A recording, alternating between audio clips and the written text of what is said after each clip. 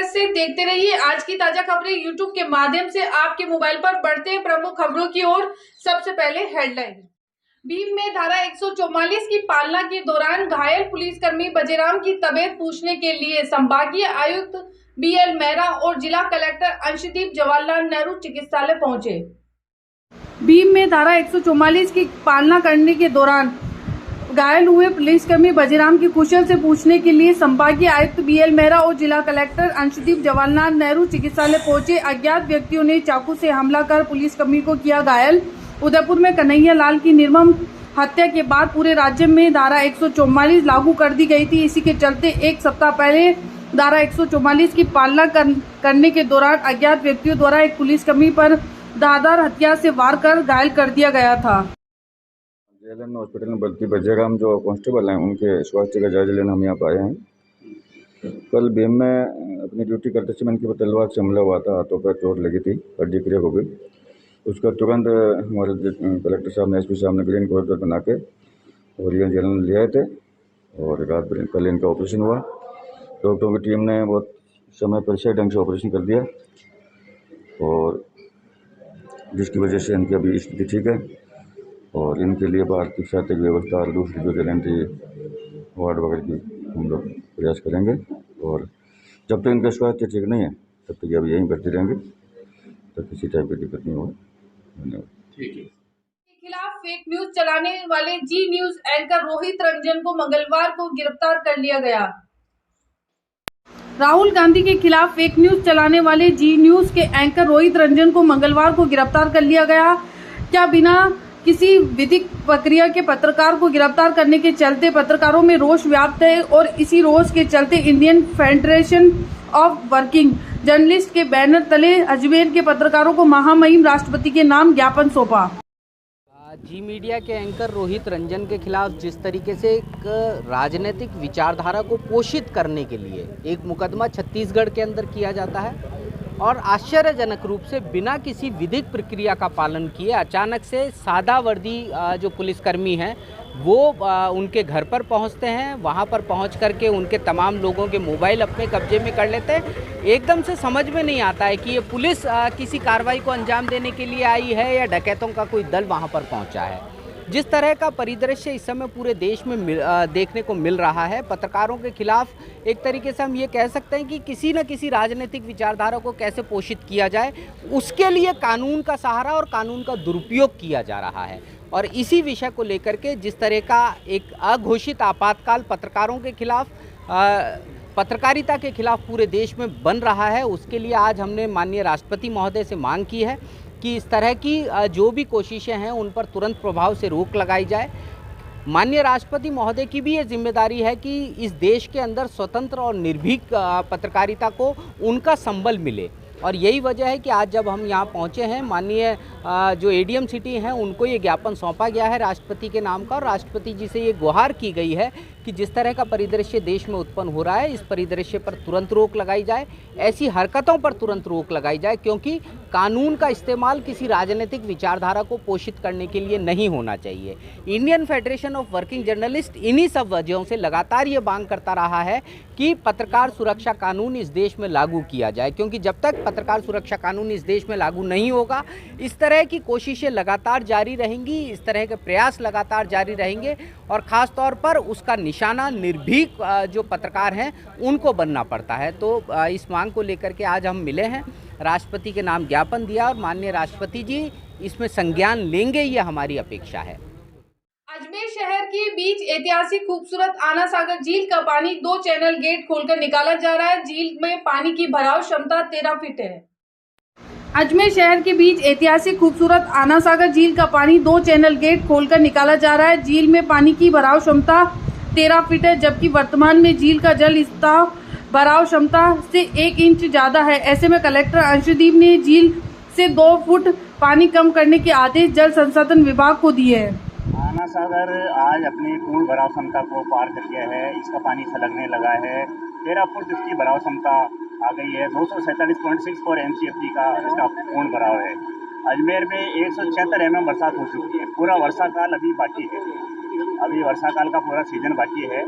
इसको देखते हुए प्रशासन द्वारा की सहमति से और नगर निगम से के सामंजस्य करते हुए हमने एक निर्णय लिया कि इसको 1.5 फुट उसको खाली कर देंगे। 13 फुट से 11 फुट 6 इंच के स्तर पे इसको लाएंगे और वर्षा का आकलन भी देखेंगे। यदि वर्षा नहीं आती है तो उसको बंद कर दिया जाएगा और आती है तो नियमित रूप से पानी की निकासी करेंगे, जिससे कि अपने अजमेर शहर में बाढ़ बचाव की जल प्लावन की स्थिति कहीं भी किसी में अपस्ट्रीम और डाउन स्ट्रीम में उत्पन्न नहीं है। अधिशासी अभियंता जल संसाधन विभाग अजमेर। महर्षि दयानंद सरस्वती विश्वविद्यालय अजमेर की ओर से मकराना के गीतांजलि बीएड कॉलेज को यूजी सेंटर बनाने को लेकर छात्र नेताओं में आक्रोश, नाराज छात्रों ने किया विरोध प्रदर्शन।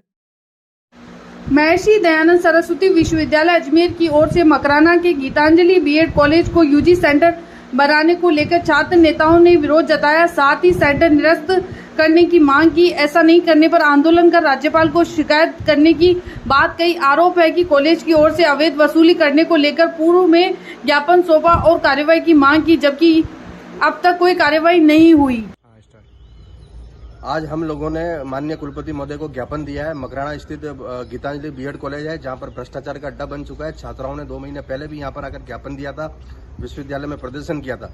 भ्रष्टाचार के पूरे सबूत सौंपने के बाद भी विश्वविद्यालय ने वहां पर यूजी परीक्षाओं का सेंटर दे दिया, जो कि दुर्भाग्यपूर्ण और कहीं ना कहीं ये मिलीभगत का अंदेशा लग रहा है हमें। आज हम कुलपति महोदय से मिले हैं और कड़े शब्दों में हमने चेतावनी दी है, यदि हमारी मांगे नहीं मानी गई, इस कॉलेज के अंदर से सेंटर नहीं हटाया गया तो जो भी आंदोलन किया जाएगा उसके लिए विश्वविद्यालय जिम्मेदार होगा। इस पूरे प्रकरण को लेकर हम माननीय राज्यपाल महोदय और माननीय मुख्यमंत्री महोदय से भी मुलाकात करेंगे कि एक तरफ तो उसको सेंटर हटाने की बात की जा रही है, दूसरी तरफ यूजी परीक्षाओं को उसका सेंटर किसके कहने पर दिया गया और कैसा कौन सा राजनीतिक दबाव था, क्या मिलीभगत थी जिसको सेंटर दिया गया। पूरे मामले को हम राजभवन तक लेके जाएंगे और मुख्यमंत्री तक भी हमसे इस मामले में शिकायत करेंगे यदि इस बीएड कॉलेज के खिलाफ कार्रवाई नहीं की गई तो। अजमेर किशनगंज थाना पुलिस ने 974 ग्राम चरस के साथ पति पत्नी को किया गिरफ्तार।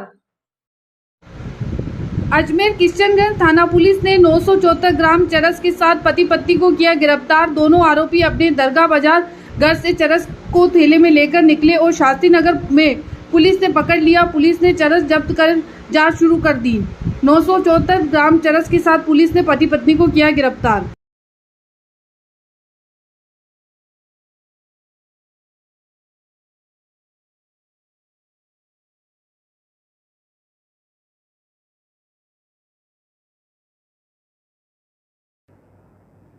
जी सर, क्या मामला है और किनको गिरफ्तार किया? देखिए, पुलिस अधीक्षक महोदय के निर्देशानुसार अवैध मादक पदार्थों के खिलाफ लगातार अभियान चलाया जा रहा था, जिसमें पुलिस थाना किशनगंज द्वारा कार्रवाई करते हुए 974 ग्राम लगभग 1 किलो चरस जब्त की है। और इसमें 2 व्यक्ति हैं, इसमें एक पति पत्नी हैं दोनों आपस में, और जिनका नाम है मोहम्मद कासिम, जो कि अंदरकोट दरगाह का रहने वाला है, और उसकी पत्नी है आलिया, पत्नी मोहम्मद कासिम। उस दोनों को हमने राउंड अप किया और अरेस्ट किया है। इन दोनों के कब्जे से 974 ग्राम चरस बरामद की है। पूर्व में भी इनका आपराधिक रिकॉर्ड रहा है। दोनों ही पति पत्नी के खिलाफ पूर्व में दरगाह थाने में एनडीपीएस के प्रकरण दर्ज हैं, जिसमें मोहम्मद कासिम के खिलाफ 3 प्रकरण दर्ज हैं और आलिया बेगम के खिलाफ 1 प्रकरण एनडीपीएस का दर्ज है। ये इस माल को दरगाह से लेके और जनाना की तरफ कहीं लेके जा रहे थे। बीच रास्ते में पुलिस ने नाकाबंदी की सूचना के ऊपर। इसमें डीएसटी के जो 2 सिपाही हैं उनका विशेष रोल रहा है, जिन्होंने इस बारे में सूचना उपलब्ध करवाई थी। सीताराम हेड कांस्टेबल और रामनिवास, उनकी इन्फॉर्मेशन पर नाकाबंदी करके हमने उसको पकड़ा। नगर निगम ने 777 रेस्टोरेंट और तोपदड़ा धोबीघाट के पास सीज की कार्रवाई को दिया अंजाम। अजमेर नगर निगम के सचिव पुरुषोत्तम वैष्णव ने मंगलवार को अतिक्रमण के खिलाफ कार्रवाई को अंजाम देते हुए एक रेस्टोरेंट को सीज करते हुए एक अतिक्रमण को ध्वस्त किया गया। अजमेर नगर निगम की टीम ने 777 रेस्टोरेंट को किया सीज। अजमेर नगर निगम द्वारा नो कंस्ट्रक्शन जोन में कार्रवाई को करते हुए सीज की कार्रवाई को अंजाम दिया गया। जानकारी देते हुए नगर निगम के सचिव पुरुषोत्तम पवार ने बताया कि पहली कार्रवाई रीजनल कॉलेज के सामने स्थित आना सागर क्षेत्र में 777 रेस्टोरेंट संचालित किया जा रहा था, जो बिना नगर निगम से व्यवसायिक भूमि में परिवर्तित किए बगैर संचालक द्वारा संचालित किया जा रहा था। नगर निगम द्वारा आज 2 कार्रवाई की गई। दोनों कार्रवाई नो कंस्ट्रक्शन जोन में की गई। पहली कार्रवाई वो आना सागर जो डूब क्षेत्र है, नो कंस्ट्रक्शन जोन, वहाँ रीजनल कॉलेज के सामने 77 रेस्टोरेंट है जो बगैर नगर निगम से व्यावसायिक भूपयोग परिवर्तन करे, बगैर स्वीकृति से काफ़ी दिन से संचालित हो रहा था। कई दिनों से उसकी शिकायतें प्राप्त हो रही थी। उसको नोटिस जारी किए, सुनवाई का मौका दिया, उसके द्वारा कोई जवाब प्रस्तुत नहीं किया गया। उसको आज सीज की कार्रवाई की गई। दूसरी कार्रवाई है वो पाल बिचला जो क्षेत्र है वो भी नो कंस्ट्रक्शन जोन में आता है।